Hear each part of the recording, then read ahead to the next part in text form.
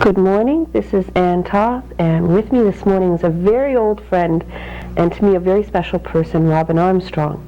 Robin and I sort of got to know each other about 10 years ago, would you say? That long right. ago? And he's gone on to different things in astrology, and so have I. And he has a lecture coming up here in Hamilton area. When, Robin? On April 24th. It's on a Friday night, and it'll be at 7:30 at the Hamilton YWCA on McNabb Street, right downtown. Okay, and your topic that night is going to be what? The next 20 years, like a look ahead at what's ahead of us in the next 10 and 20 years up to the turn of the century. Ooh, that's fascinating.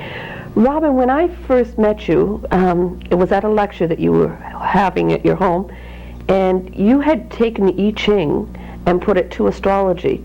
And we sat there sort of that night and went back and did all the I Ching and history and events that had gone on astrologically. And are you still involved with doing that, applying the I Ching to astrology? Oh yeah, that's how I found astrology, actually. The I Ching is a study of cycles. It's a study of change and relationship, and so is astrology. So when I found the two would come together, that's when astrology opened up for me, and that's the more spiritual side of astrology to me. That's the more symbolical side. Of like most astrology, when you're dealing with the sun signs, the planets, the aspects, and even when things happen, that's the motor mechanics. That's what I call the basic habit patterns, the motor mechanics of how we live. But it doesn't make life easier. It means it can make it more meaningful. You can see the plan, you can work with what's happening. But when you look at certain times for why something's happening, you're looking for an inspiration, you're looking for tuning into higher parts of your potential, then you have a university with 360 degrees in it. And as you tune into the universe around you, these symbols open gateways to ideas that have just overwhelmed me. I'm involved in the study of it. It's been almost 20 years now for the I Ching for me, and normally the I Ching is used by throwing coins. You ask a question, you get an answer. Well, instead of just divining a question, an answer based on your question at the moment, like a horary chart, what I do is I tune into the horoscope and I take the most sensitive points in the chart, and I get an answer right from one's own potential or from one's own timings or destiny, and let our own potential, our own destiny be the question. And I found it just nothing like it. It's like, simply thinking, it's like a zodiac of 64 divisions instead of 12. Instead of 12, you've applied the meanings of the I Chings to each person. Like, could you say like someone like a Libra like yourself, or a Leo like I am, do you apply the I Ching like to each degree? Oh, definitely. What degree is your? 11 degrees Leo. 11 plus or minus? 22. 11, 22. Okay, that's in the hexagram called "Work on What Has Been Spoiled." Okay, it's the image is the wind at the bottom of the mountain, and the wind through the trees at the bottom of the mountain. But there's not much wind there, and the trees at the bottom of the mountain are often rotted. So when a wind comes, it clears the air. So the idea of working on what has been spoiled, on cleaning things up. That's really, I think, funny in my life, because one of the reasons I think I'm so strongly involved in astrology and the whole psychic fields is because I feel there's so few people in it that have any integrity, which you know. It's been spoiled. It's been spoiled. And I found like the last 10 years of my life is trying to get people who have integrity involved in the field, because it's been so misused by the charlatans and egotists, etc. There's a further hexagram within that for the individual degree that goes within that, and that's the hexagram called 10 to 11, 12. That's the hexagram called the power of the great. Oh, maybe I should. Stimulated creativity, aroused individuality. So it's like being a strong individual to work on whatever's been spoiled. Would be why you'd sit in front of a TV talking about these things. That's true, maybe.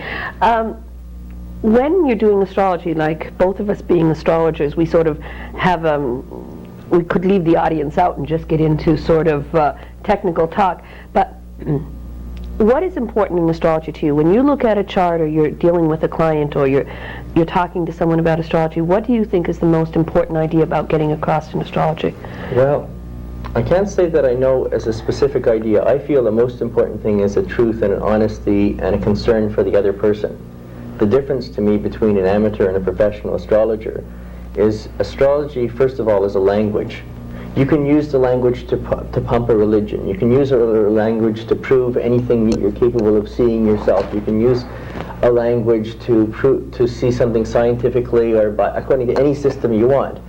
So you can push a point on someone and push your values on someone else. And this is what I would consider, it's hard not to do that. If you believe in things a certain way, it's easy to put that idea out on someone else. But that's just propagating.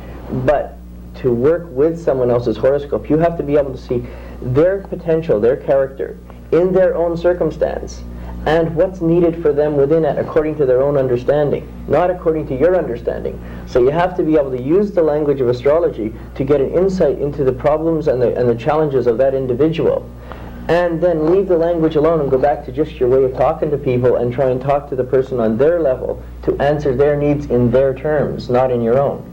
And that's where, to me, where the real magic of astrology, where some of the real healing qualities. It is a guide. It is a very valuable study. To me, it's the most fascinating study of almost any language. Yet, for most people, it's too involved. It takes too long to learn. It's like, I've had to study more to be an astrologer than I ever would have to been a doctor or a lawyer. I agree. So for most people, they're not prepared to put that much in, and it looks very magical. Like a doctor who's been around for 20, 30 years can look at you and say you've got bad kidneys or something, and it seems, how can they know that?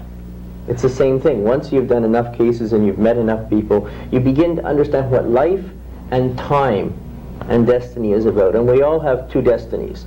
We have one destiny is to fulfill our own potentials as much as we can, to be as much of the blueprint that I am as possible, to the degree that we're able to do that. And if we do that successfully, then there's a second destiny, and that second destiny is that once I become a whole person or a capable person with my potentials and can function that way, I may have a role in the greater destiny that affects other people's lives, but not until. If I don't take the responsibility to build myself, forget it. There's not going to be a role except a handicapped role, and a lesson for other people saying, oh, you don't want to be like that. And this is how I look at destiny. We have two destinies, worldly ones. There's many inner realms we can go to, but that's a private matter. And also, I think that's sort of a personal development thing, that the choices are there. Robin, when I'm interviewed as an astrologer, people often ask me, what is the importance of this time of birth that astrologers are always asking? And I think maybe because that's been one point that the scientists sort of disagree with astrologers, that the time of birth can't mean that much. Well, it does. I think when you slow it down and you think of the very beginnings of astrology, this is where the most fascinating area of it comes. When you see that the time that you take your first breath, when you switch from the umbilical cord, which is breathing through your mother, to breathing on your own, and the oxygen and the blood will either go to your brain, everything will be in order, and there's that shock to be here or not. At that moment, there is something magical. At that moment, you're pure potential. From that moment on, everything you're going to be in your life is already in you, in seed, in potential. If you're not, anything you can't be is not, it's like it's not in you. So the thing is that most of our potential, say 90% of our potential, is destroyed before we're 7 years old. And if we could get 5% of our potential, of our mind and of our life, we'd be geniuses. So here's where the difficulty comes. We're dealing with less than interest rates on our lives. But if, with astrology, when you look at this moment of birth, there's a set circumstance, of a set factors, a blueprint of character and potentials based on the moment, the planet's position, and the time of birth. It's like we have a magnetic field or an aura around us. Okay, that aura is conditioned by the aura of the Earth and our relationship to that. So that aura of the Earth is the magnetic field, the weather, the temperature, the whole magnetic field. The magnetic field of Earth is conditioned by the magnetic field of the planets and their pattern. That creates a gravitational field that affects our gravity and the sunspots on the sun. So it hits us on many levels. But we're totally involved in this. The fallacy of our education is that we're educated to think we're free of nature, we have nothing to do with nature, and it's not true. We are part of nature, we're part of the universe, we belong here, we're responsible for it.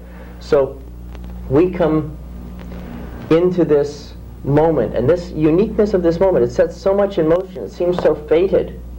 Yet, when you look at life, you think of the concept of equality is a concept, that's all. It's not a reality. Okay. Everyone has different potentials and different capacity to fulfill them.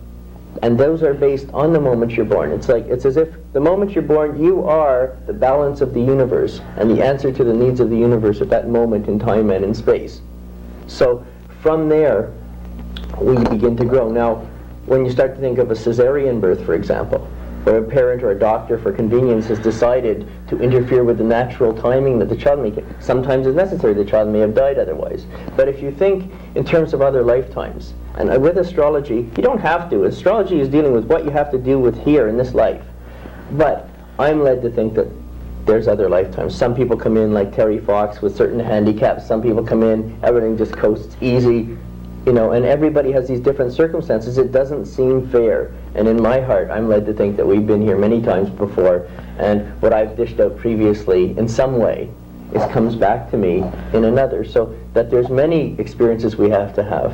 However, we're coming in our life for a certain potential, like from a certain concept to work out a certain need. And the main factors, the planetary positions, are more or less set in their position, even from the time of conception. What's different is the actual horizon, the time of the day, the houses that the planets fit into. Now, when you take a cesarean birth, you're interfering with the natural decision of the child to merge through the mother to get into life. You're changing that, and definitely affecting the potentials of that child. So that child or that soul may come into being and be a little bit less capable of expressing its own nature that it really wanted to be here. I'm not saying necessarily so, but I'm just looking at some of the implications. So there's a lot of very mystical concepts that take a long time to think out. You have to slow it down to look at it. But take twins. Okay, the character is set in our life. Also, the rhythm of the planets. It's like a big clock. The world doesn't stop just because you got on. Your fingerprint is set. The planets, as if you take a frame of the universe at that moment, and that's you, a reflection of you. And it's in your fingerprint. It's in your chart. But the world doesn't stop spinning just because you got on, and the planets keep moving around it and moving around, and as they move around, they set off a relationship to the other planets in your chart, and it's just like, as sure as the noon bell rings and you want to eat, yes, you know, like, so do the other crises and the timings happen. So the timings and the rhythms of life are set. There's a big rhythm, it's a big symphony of life that's going on. It's nature. That's all. Astrology is not a weird occult thing. It's just simple human nature. And there's a rhythm. It's been going on before you got here. So like, if someone was born in 1942, they came in the middle of a great crisis of war and tremendous drums and forces going on. Totally different environmental conditioning than someone born in the 30s in the Depression, or someone born in the 40s, in the late 40s. You'll see it. Children born after the Second World War have a totally different psychological makeup than yes, people born before that atom bomb went off. There's a total difference. And if you read the newspaper on the day you were born, that's your chart. If you read it and you find out that the Titanic sank that day, don't give up. Right, but there is a symbolical reference to yes, what there is an inner message in that symbol for you. I have to tell you something. My sister is a Sagittarius, and I had said to her, look at the year you were born, because she's born 1936. And she said, she went to the library and she looked it up. I said, now see why your life is so discouraging and so difficult, and she has a lot of things that don't fit together. Well, in 1936, the Duke of Windsor abdicated the throne. Hitler took over in Germany very strongly, and the army started up again, and there was like all these things happening, and she came back to me and she said, I think I'll take my life rather than 1936. You know, it's like, she said, I was glad I was born in that year, not had to live through it. But you can see the conflicts in her life reflecting the circumstances of 1936, like the tensions, etc. in her life. And another point I wanted to make, I find very interesting about your cesarean birth, because I have 4 children. 2 I went into labor for, 2 were, the time was decided by the doctor.